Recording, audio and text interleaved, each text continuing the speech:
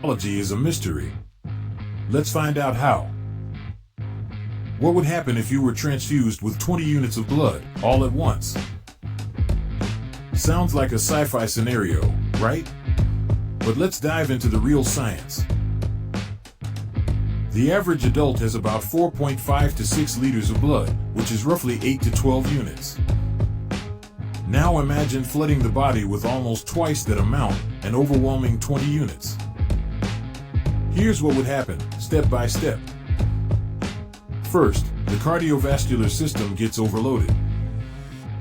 The heart tries to pump the sudden volume, but it can't keep up. This leads to acute volume overload, a condition called hypervolemia. The lungs are filled with fluid, causing difficulty in breathing.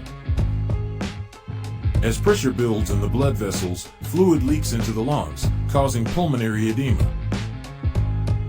The patient begins to struggle for breath, and oxygen levels drop. This affects the kidney and the urinary system. This can trigger acute kidney injury or fluid retention, worsening the swelling. Meanwhile, the liver and spleen, responsible for processing blood components, get overwhelmed. There's a risk of hemolysis, the destruction of red blood cells, especially if the blood wasn't warmed properly or if compatibility issues occur. Even if the blood is compatible, a massive transfusion activates the immune system.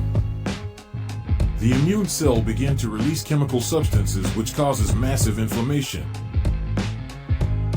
This may trigger a systemic inflammatory response, known as transfusion-related acute lung injury or TRALI, a deadly complication. Let's talk electrolytes.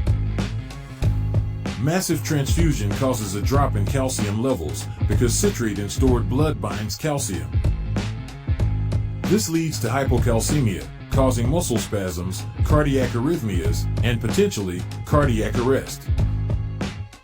There's also a risk of hyperkalemia, high potassium, especially if the blood is old. Too much potassium can disrupt heart rhythm.